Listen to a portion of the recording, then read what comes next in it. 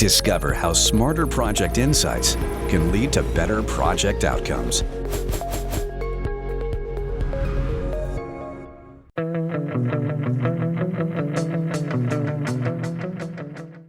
Hello, project people. Welcome back to a brand new episode of the Project Chatter podcast. It's always good to have your company. Remember to hit that subscribe button on your favorite podcast player and YouTube if you want to see our bloopers and our friendly faces. Dale, Martin, it's good to see you guys. Now, I want to give a bit of a plug. You've got the Project Controls Group networking event coming up. Why don't you give them a bit of info? Yeah, exciting stuff. So, Val, I think you launched it in Oz very successfully. You had 2 or 3 events and you had some amazing turnout there. Free event, no gender, come along, meet like-minded people. And we decided, hey, you know what? We're out of lockdown in London or in the UK. Let's have one in London. So yeah, 21st of October. If you can come along, Brilliant. It's on LinkedIn. So check out Project Controls Group. And yeah, no strings attached. Just let us know if you want to come along, and be awesome to see you there if you're in the London area. I know Martin and myself will be there. So come and meet us in person. Martin, are you looking forward to it, or are you a bit scared? No, looking forward to meeting people again. Yeah, we've been open since the end of June, I think. So yeah, it'll be good. But I think a couple of our former guests are coming along. So yeah, it'll be great to meet them in person finally. Rub it in, Martin. Rub it in. Let's get to the podcast today. We've got an interesting subject matter, and we are joined today by Elizabeth Harrin. How are you, Elizabeth? I'm very well, thank you. Thank you for having me on the show. No, it is our pleasure. And, usually when we start these, we always ask the very important question, the origin story. So this particular topic, stakeholder management engagement is very, very important for all projects. But how did you get into it? How has this become your passion? Well, I think it's because my passion is not the technical project management. So I think, you either gravitate towards project controls and the more formal technical stuff, or you gravitate to the people side. And I've always been more interested in how people tick and how things actually get done, and the informal power structures within organizations. And I just think that, if you're a good people person, it doesn't really matter so much about whether your risk log is pretty and your schedule is perfect, because the people come with you on the journey and you can get the change done. So I suppose it's been a working preference of mine for a while, and then it ended up just being an area that I figured that I'm personally more interested in, I suppose.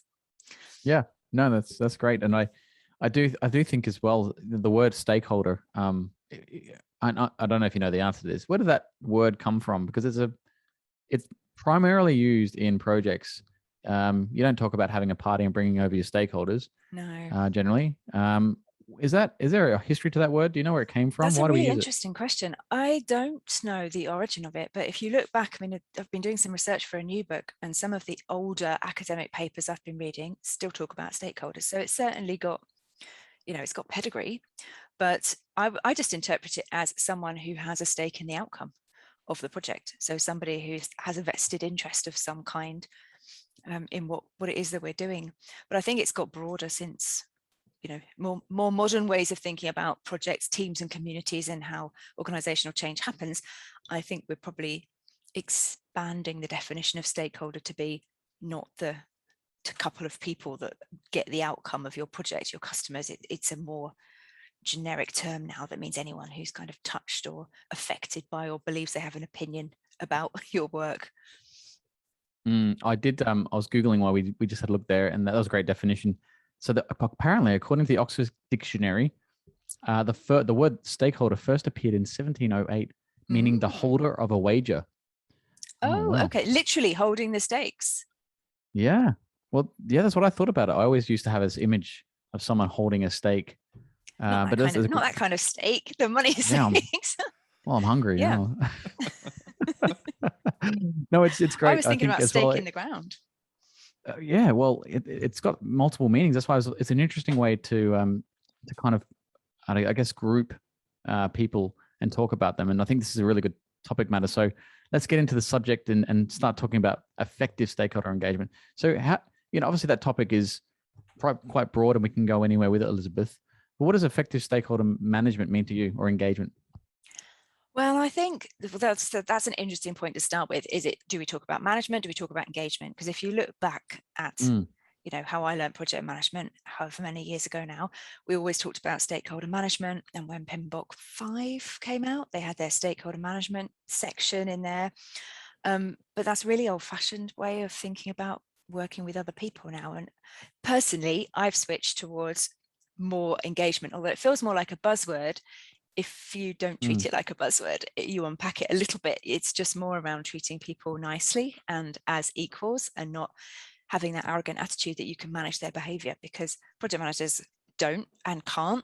Often we're working with senior stakeholders. Often we're working with just people in the organization who we don't really have any influence over. You just do your best to get through the day, and you have to bring them with you on the journey, like I said, because otherwise you don't get what you need done.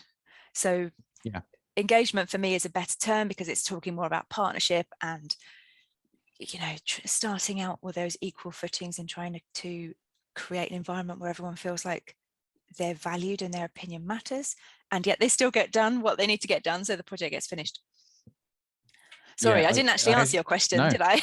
Remind me what the question was. We'll come back around to it always, but it is an interesting point, because I think it's one of the harder elements of being a project manager or being in project management is organizing people, right? Yes. And getting them all to fixate on a compelling vision that gets them all to focus and point the right way. Because obviously you can't deliver a project without people, which we know this.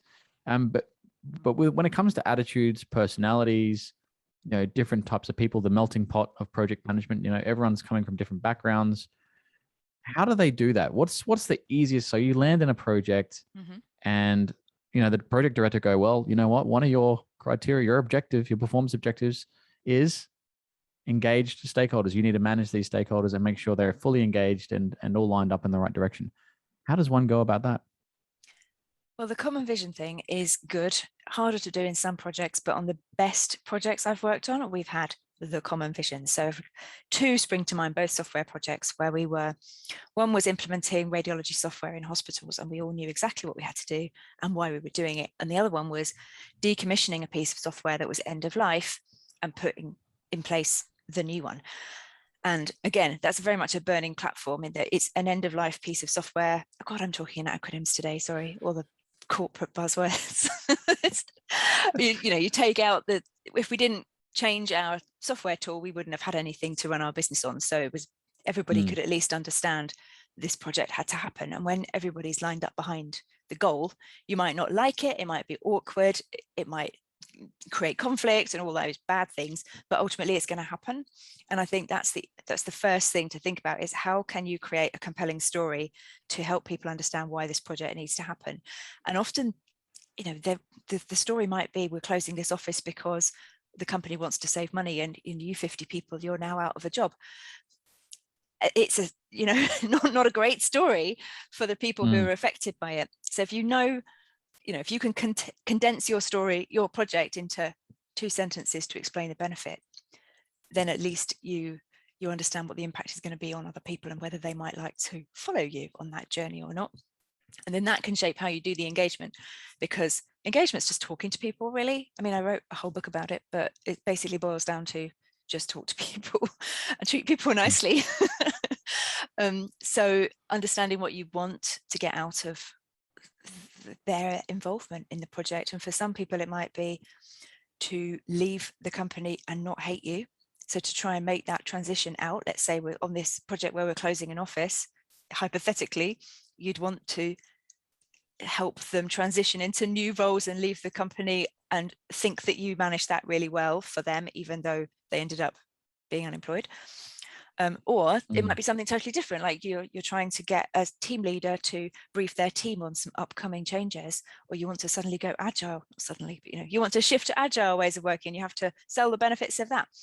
So if you know what you want the behavior change to be, what you want the outcome to be, then you can work back and think, how can I best achieve this given what my goal is, what the audience is, and you try and put all the pieces together. Does that make sense? No? Yeah, no, I think it makes sense as well. I was just thinking, because I think you danced around it a little bit there at the end, Elizabeth, around, knowing what you want and are you achieving it.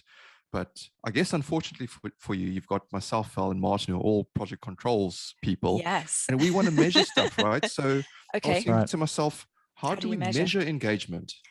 Right? Perfect question.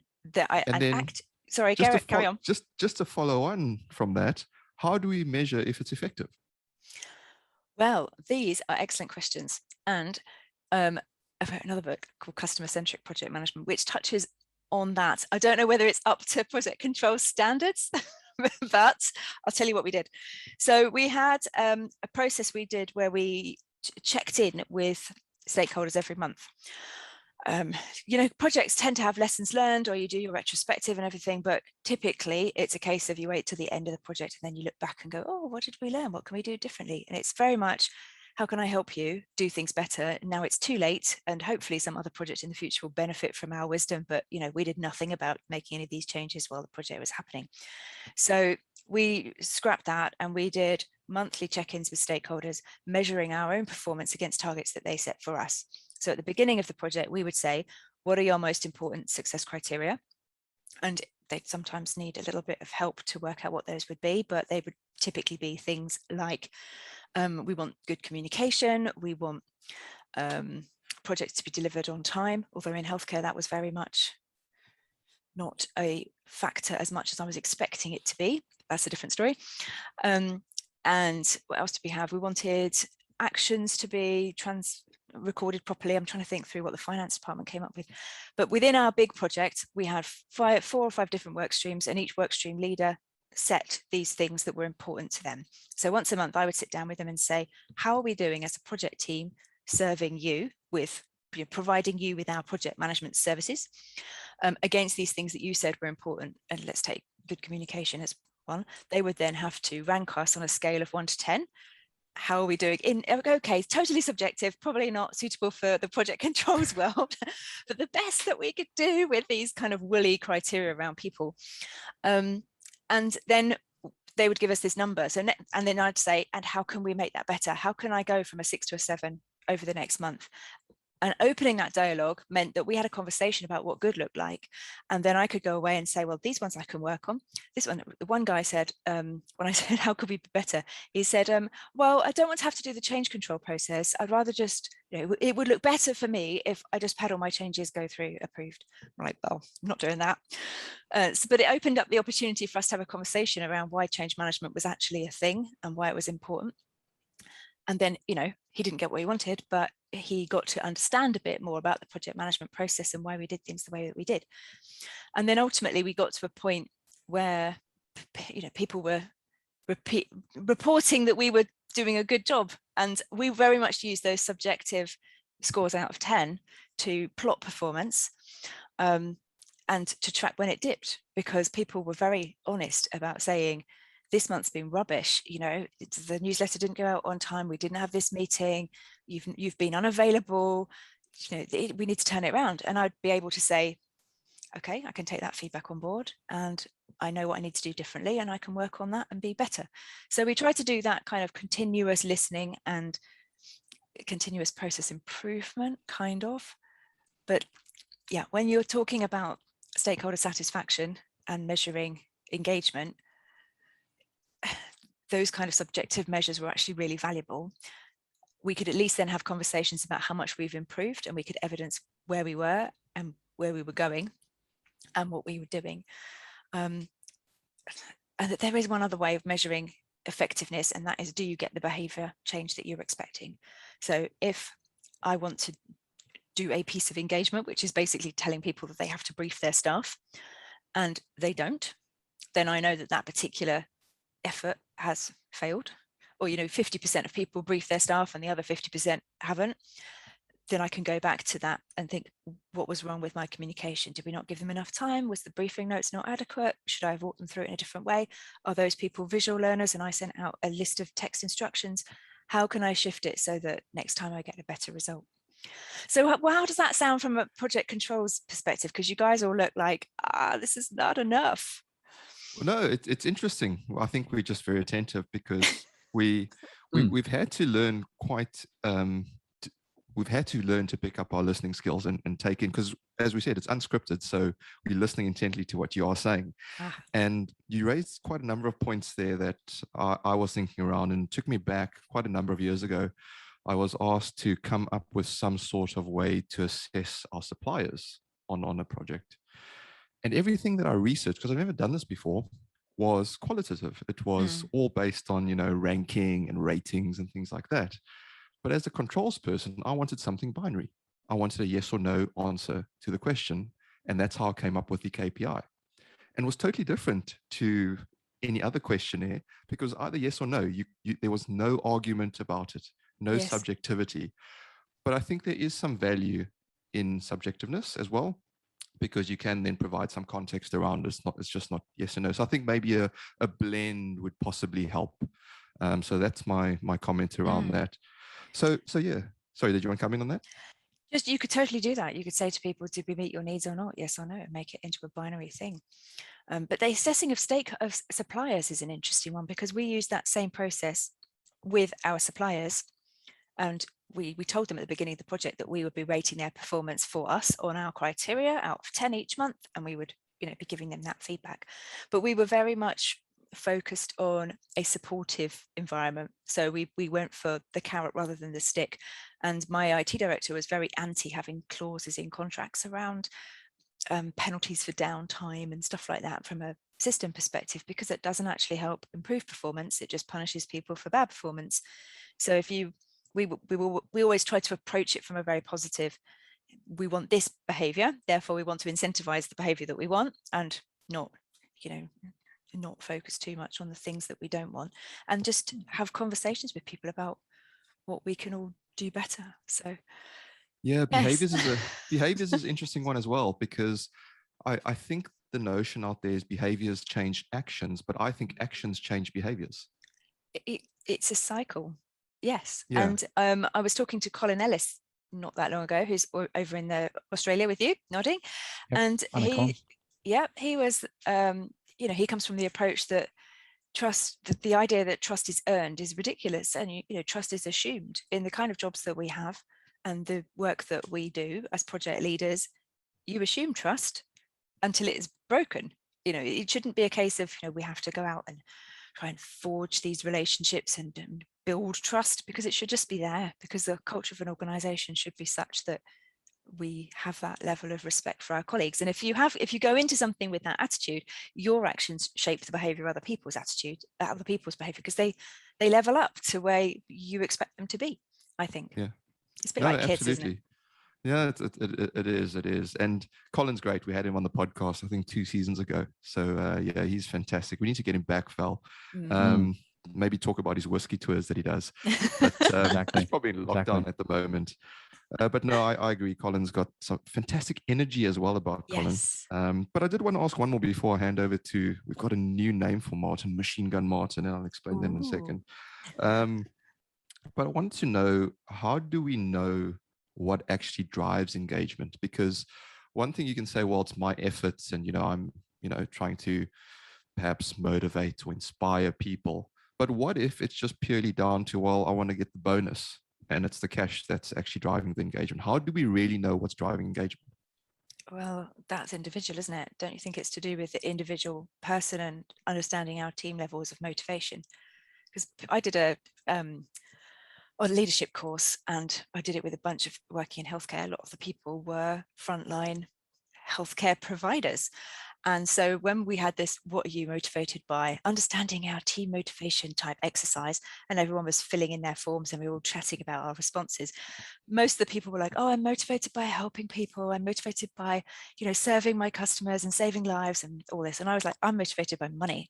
So, that's, you fill in the questionnaire and it came out with, your drivers at the end, but it's all very personal. So I think the best thing to do as a project leader, a project manager, is to understand your team and the people as best as you possibly can, and then tailor how you work with them to get the best out of them. So just ask them directly, and hopefully they're telling you the truth.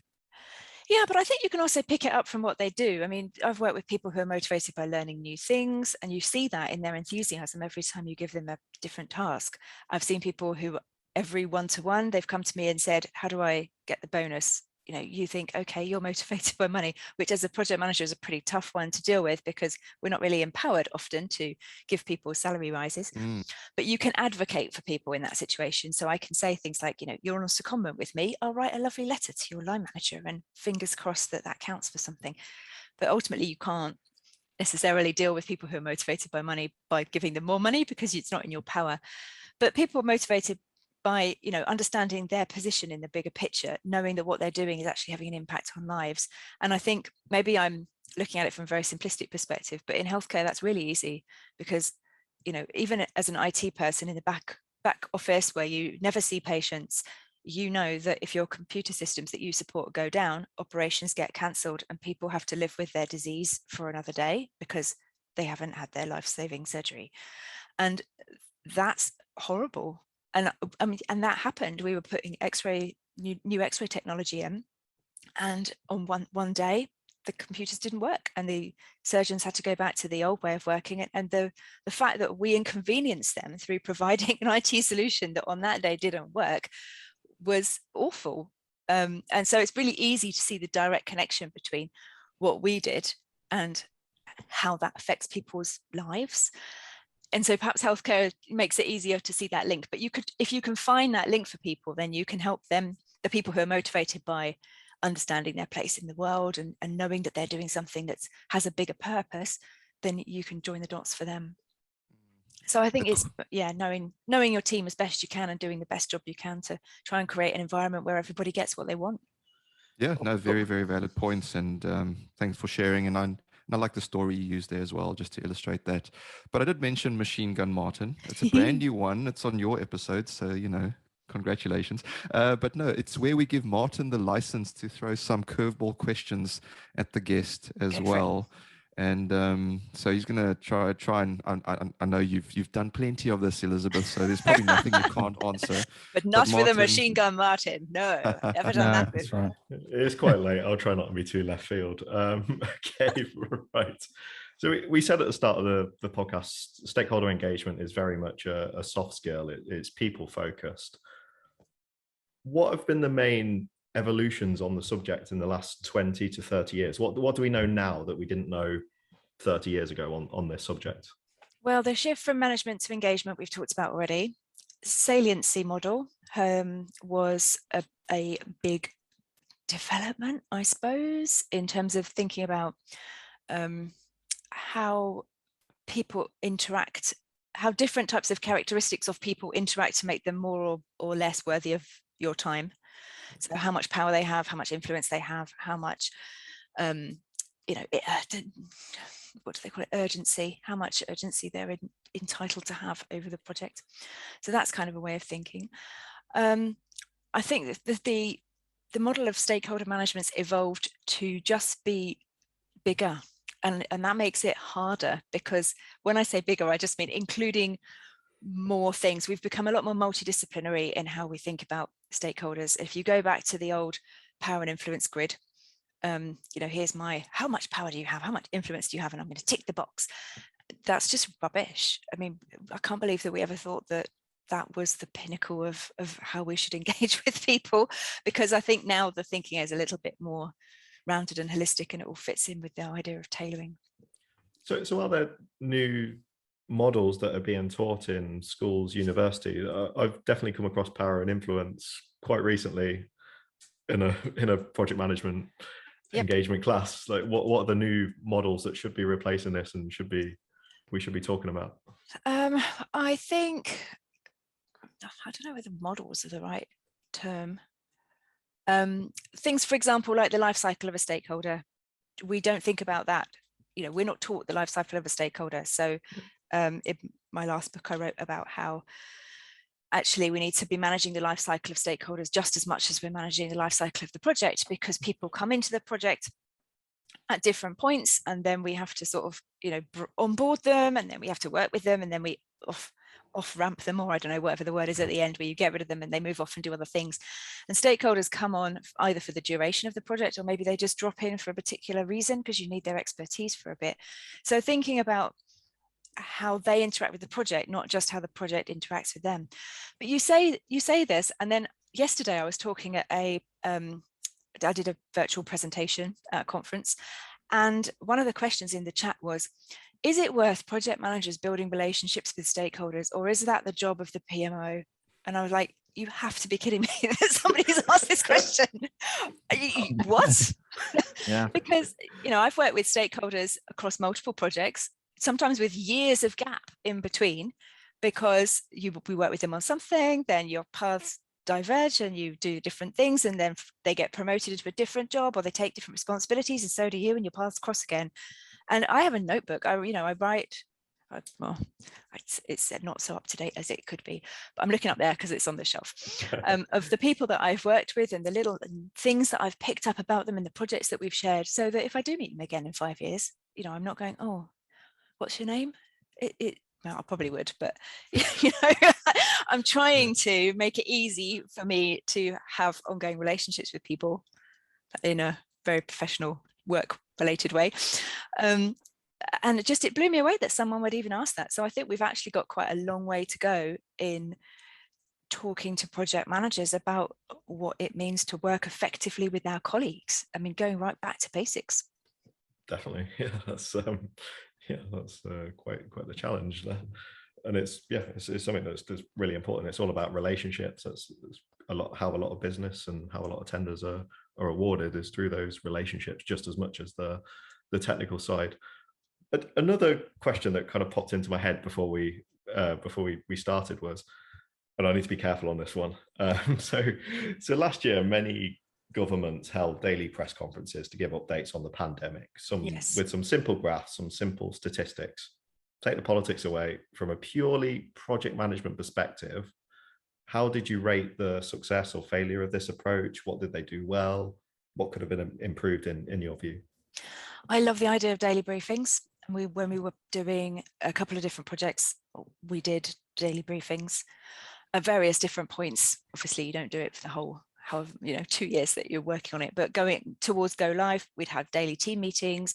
When I worked in hospitals, on particular hospital related projects, we'd meet the team every morning at 8 o'clock and brief them on what's happening in the day.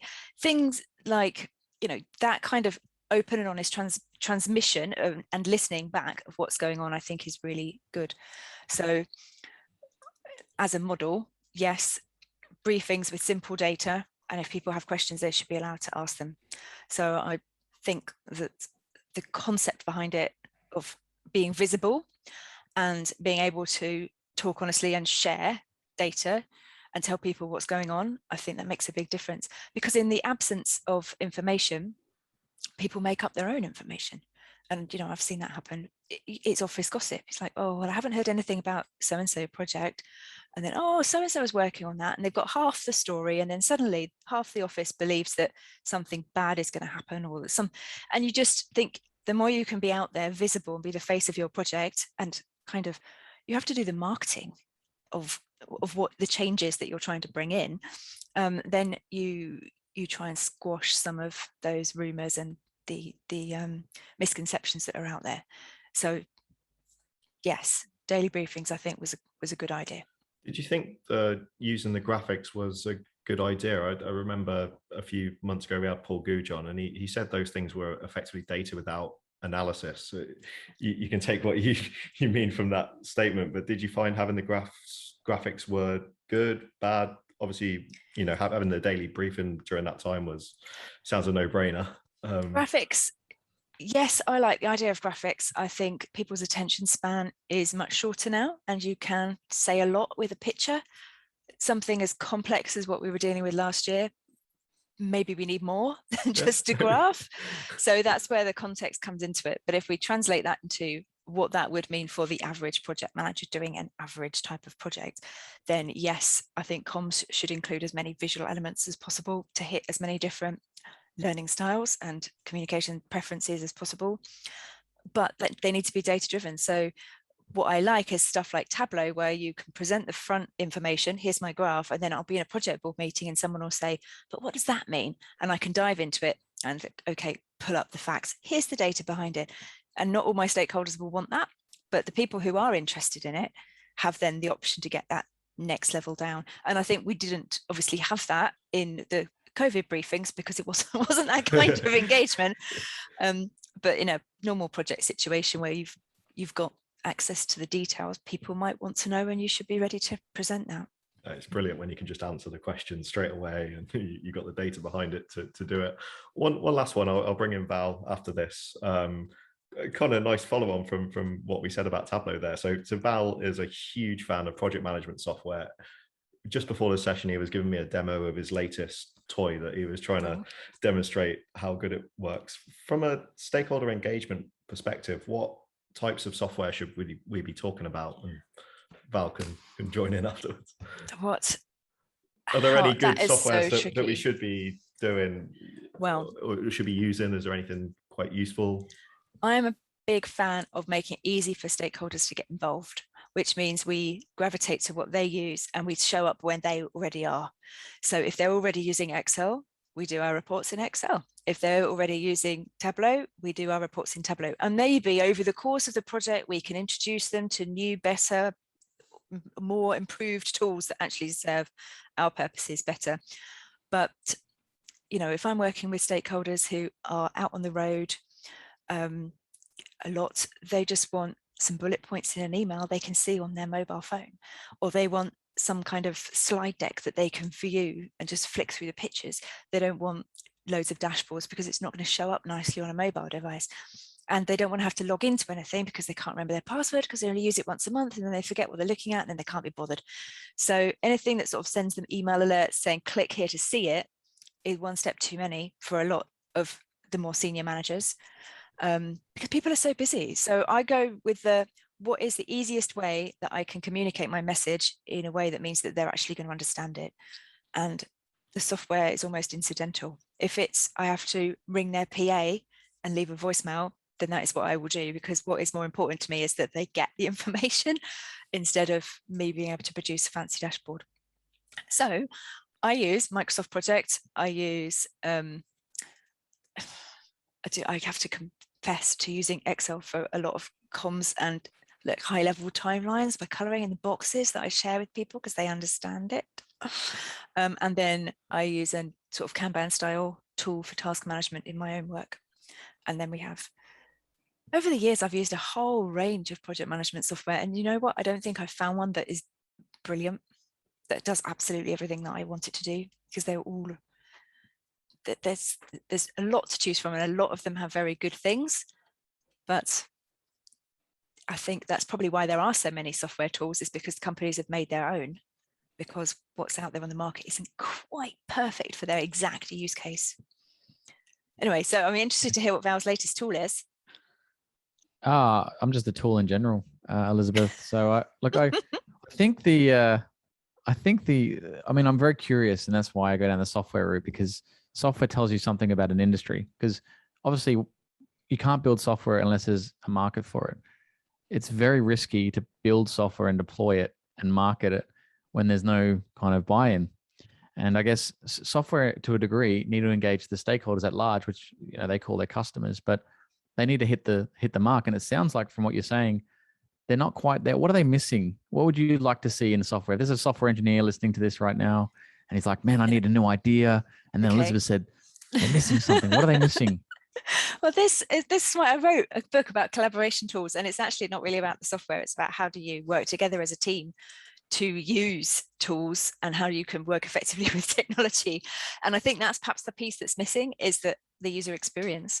And I think often I see tools trying to do too many different functions and being average at all of them.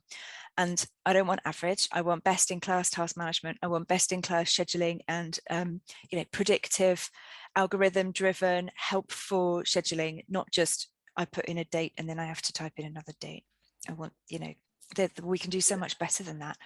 Like I want I want range-based estimates and uncertainty programmed in, because most of what I do, we don't know when it's going to finish. we don't really know what we're even doing. So to have to come up with an iterative style Microsoft project plan for something that's so vague, and it's going to, and that tells me it's going to take 263 days. I mean, of course it's not. I know that my plan is ridiculous the moment that it's written down. And these tools are slowly catching on to the idea that, real life is not as easy. And I'm sure that there are many projects, I know there are many projects where actually that plan is written in stone. the concrete gets poured on the right day, the vans turn up with the bits of machinery. I'm sure there are many industries where actually that plan works, and you have to have that level of granularity, and people stick to it because that's what earned value is there to help support. But in a lot of the work that I do, more sort of business change, organizational change, compliance type things, where we might have deadlines, but how do we actually hit the deadline is unfolding as we go, then that kind of schedule doesn't really serve any purpose. So we do a lot of rolling wave planning and iterative planning. Sorry, that didn't really answer your question, but yeah, I think that there's doing the thing that you're good at and do it well and integrate with everything else. I don't want you to integrate.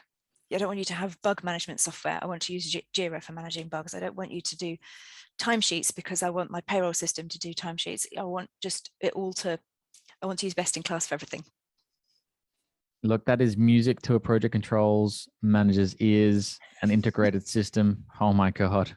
Look, we agree with you. That's our bread and butter. We love that kind of stuff. And I think it's an interesting concept where, I was just off Martin's point around the pandemic and how, maybe we did do the stakeholder management piece, maybe not the engagement piece. And certainly I think the next pandemic will do much better. But with regards to technology now, because we're working remotely, we're obviously adopting the software and tools like Teams and Zoom a lot more. Engagement is a lot harder. Absolutely. It's definitely a new challenge now, and the fusion between software and how we engage our stakeholders. And, I was talking to Martin offline, but what about if you're not just managing one project, but you're managing two, or you're managing a program, or you're managing a portfolio? Now you're talking about back-to-back Zoom calls, and there's a new term, kind of Zoom fatigue. Yep. How do we keep people engaged when they keep their mics off, they turn their cameras off? You don't even know if they're listening. They could be in multiple calls. I'm not guilty of that, but maybe I have.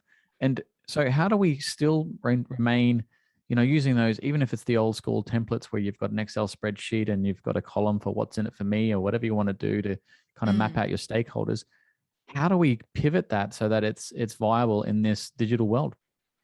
Well, that's a really interesting problem for people to be having. And I've spent the last year, most of my mentoring calls with people have been exactly this problem of we've touched on, how do you work remotely and not go mad? And I think the single piece of advice that I've repeated the most is just don't have the Zoom meetings. Speak to people on the real phone, because that's a little bit of a novelty these days, or have shorter meetings. And don't let people, the old school advice about meetings was you never multitask, you always show up, don't bring your laptop, don't be on your phone. I've forgotten all of that now. If you need to multitask, you do it, you tune in when it's appropriate to do so, if I even need you in the meeting at all. Otherwise, I'll say, Val, the agenda point that you're speaking to, that's going to be on at about 10 minutes after we've started the meeting. So you can dial in at that point. We'll use your expertise then you drop off. Why people are having Zoom fatigue? Because they're poor at meeting management, and nobody needs to have back-to-back meetings. That's just, it's ineffective use of people's time, because then people are telling me they're then doing their work after work because they haven't had the time to do their work during the actual day. So halving the times of the meetings, better meeting control, better agendas, not inviting people. Project managers sit in meetings because they're worried their team won't do the work.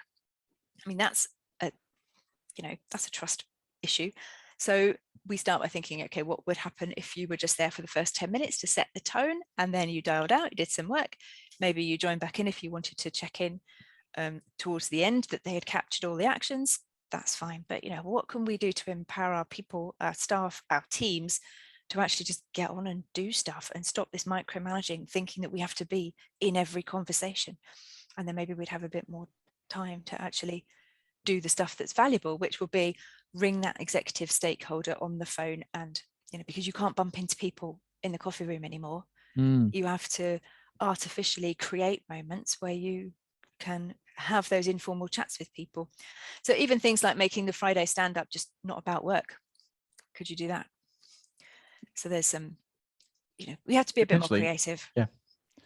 And this is, I don't expect you to know the answers. It's a very interesting time we're living in right now with projects, and we're all kind of getting our head around it. I think Eddie Obang, who we had on the show a few episodes ago talked about a virtual environment where you literally were an avatar, but you could free move, you could have breakouts, you could sit down and have a coffee online with someone in a virtual cafeteria.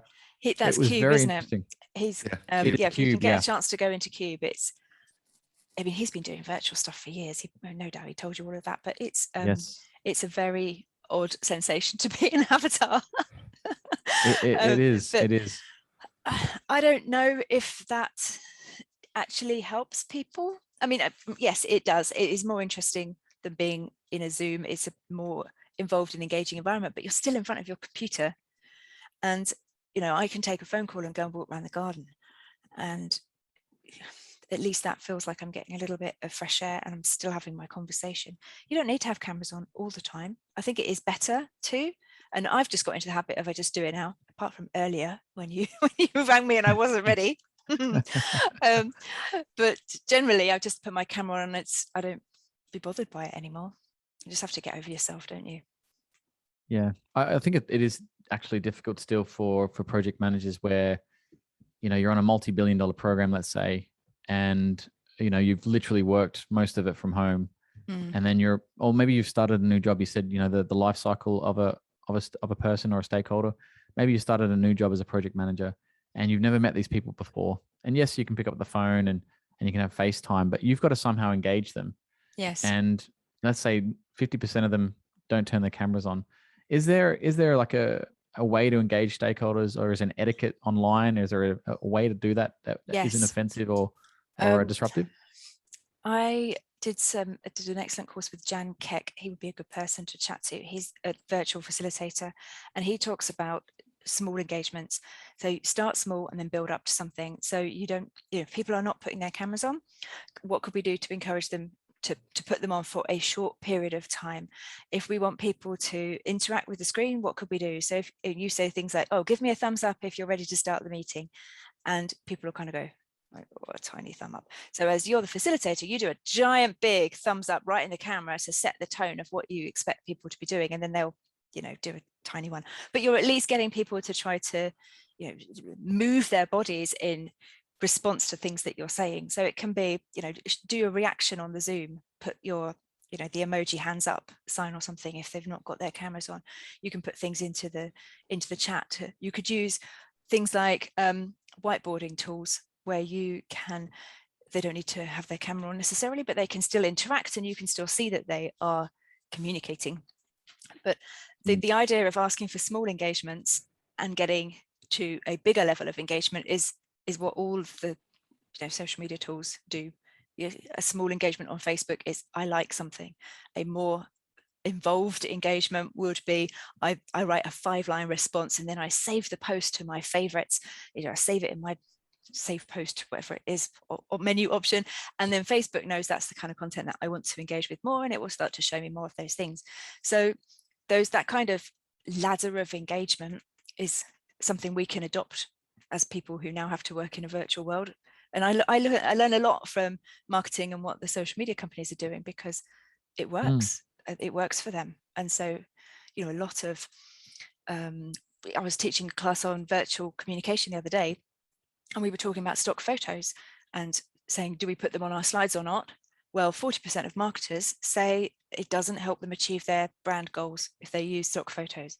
So to me, that says they've done the research, and I will learn from that stock photos on my slides are probably not going to be as useful as getting my message across in a project environment as a photo of the screenshot of the product that I'm working on, or a screenshot of the multi-million oil and gas plant that we're building, which is much more relevant and tangible for people, instead of just some smiley faces at the office to fill a space on a slide. Yeah, I agree.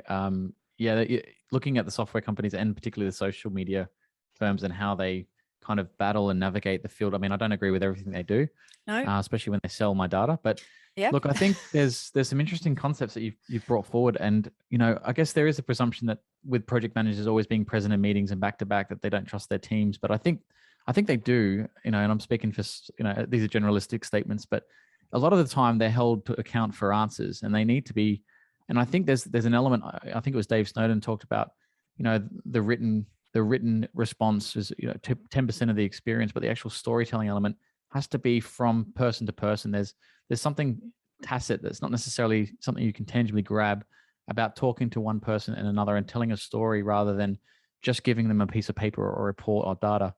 And I think that actually there's something to that tribal kind of element to stakeholder engagement, and it does build that trust. And, you know, working with Dale and Martin, I know we used to use this thing called the law of familiarization. Is it's like, if you don't know someone, you know, increase the level of interactions you have with that particular person. Have you seen stuff like that? Is that useful as well for building trust and rapport with people? Yes, it is. And it's the same model that Google uses to rank websites, isn't it? Know, like, and trust. So if you know someone, if you like them, if you trust them, it's kind of a hierarchy of, how much someone is worth to you, I suppose, or how much the relationship has influence over you. So yes, I think the more time you spend with people, because I can't remember who said it now, but it was a quote on a book cover that was around something like, you can't hate someone if they're right up close to you. You know, hate only works from a distance. And it was not about project management at all. It was a totally, different context. But that's the same kind of thing, is that you think, oh, the finance department, they're so difficult to work with, I really hate all their processes, blah, blah, blah. And you sit down and you talk to them and you understand why it works like that and how it works like that and why it's beneficial that it works like that. And you realize that you both have kids and you both have cats and you both like baking cakes at the weekend. And suddenly it's like, oh, okay, how can we work together to sort out these problems? And then suddenly the finance team isn't difficult at all. It's just now you know them better and you've got that level of understanding at a personal level and at a process level and how it all fits together. And it's, yes, spending time with your colleagues is important. You don't have to be everybody's friend, but it's not like you have to invite them around for Sunday lunch, but you just need to be able to have a professional rapport. I agree. I adopt a position of curiosity. And so when there is blockers and resistance in an organization, it's like, I wonder why that person is behaving like that, or I wonder what else could be going on in their lives. Because again, when people come to meetings or business events or even online, we don't know if the house is on fire or if the dog's, done something in the lounge room, or if the kids are trying to cook. It could be anything. And then they get in there and they've already had 5 or 6 back-to-back meetings. And for that one meeting, they look disengaged. And, we can be very judgmental as humans, can't we? So I think Dale was the one that got me into humanizing projects. I mean, we need to think about the human behind the element, having a bit more empathy, thinking about reading the room rather than reading the person's behaviors and then trying to influence them. Are these all elements that the project manager needs to switch on? Absolutely. And, yesterday again at the conference, there were lots of questions around how do you deal with difficult stakeholders. And when we got to the Q&A and I was addressing those, I said, Dr. Christine Hitzenberger from the University of Leeds, I think, I met her last year, and she made me think totally differently about difficult stakeholders, because her research points to the fact that it's people in difficult situations that present difficult behavior, but they're not actually difficult stakeholders. So if we label them as difficult stakeholders, it changes our whole way about interacting with them. Oh, so-and-so, they're a pain in the bum, they're difficult. But if you start to think exactly what you've just said, Val, about what else is going on in their life, and personal stuff aside, it could also just be their objectives and how their bonus is calculated is totally at odds with the project goals. And they're perhaps in a very difficult situation, work-wise, under pressure from multiple different projects or whatever, and we're suddenly turning up making them do some other thing. And if we can understand why it's a challenge and get to the root of that behavior, then we can perhaps modify what we're doing to alleviate that difficult situation that the project finds itself in. Yeah, I agree. And I think there's something around their expectation versus reality. And if you can understand what their expectation is, sometimes someone just has to unpack the reality, in a way that they can understand, or they need to lower their expectations. Sometimes we have ridiculous expectations. I know I do in project controls. And when I get into a project, I'm like, oh my God, look at this place. It's a mess. But thank you for your time. I'll hand over to Dale.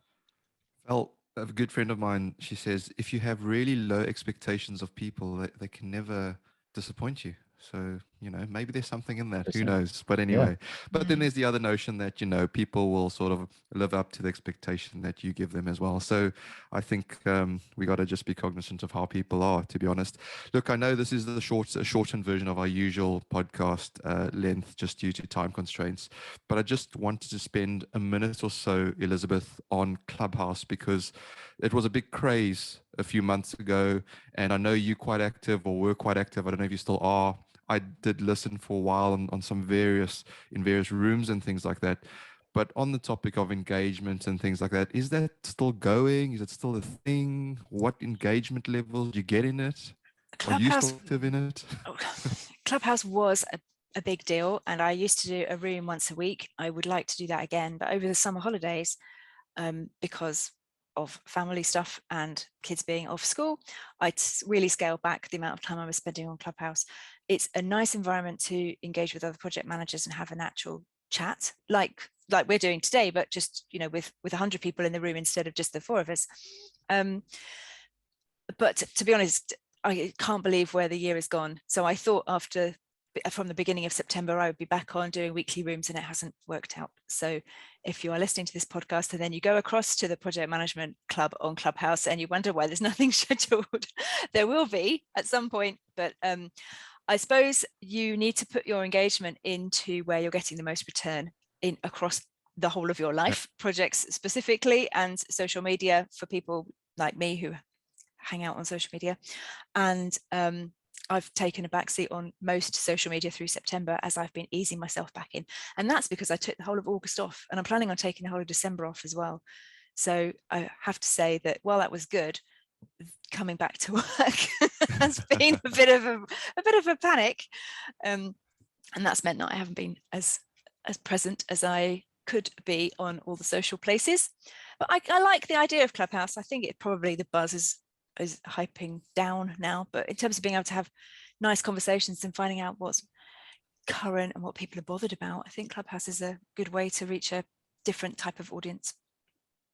No, fair enough. And it's great that you share your experience as well, because I think, the jury was out when it was hyped up a few months ago, and I think it has waned a little bit. So yeah, I think you're right. It's for a particular audience, I think.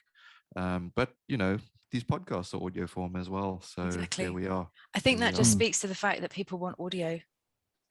It's useful, it's helpful, it's low effort to engage with, because you can just have it on in the background. Yeah, absolutely. Absolutely. Anyway, as we said, we are struggling for time, and it is heading into the end of the podcast. Elizabeth, it's been amazing to have you. Thank you so much for your time. Before we let you go, any final thoughts? No, just thank you for having me on the show. It's been a blast. Great. It's been a pleasure having you. And maybe we can get you back in the future for some follow-ups. Val, any final thoughts from you? No, it's great to talk about something other than technical and software, but we did manage to get it in there. So I'm super happy we did. And thanks for your time, Elizabeth. Really appreciate it. You're very welcome. And if people want to find out more, they can go to girlsguide2pm.com, which is where I hang out online most of the time. There's loads of stuff about stakeholders there for people who are more interested in that kind of stuff than the technical things. It's all important. It's all important. It is all important. It's all encompassing, and we will post that link in the show notes for you. So folks, that is all the time. Time is up, but remember to hit subscribe before you go. A massive thank you once again to Elizabeth Harrin, our guest. And thank you all for listening. Till next time, we say stay safe, be disruptive, and have fun doing it. From me, Val, and Martin, it's bye for now.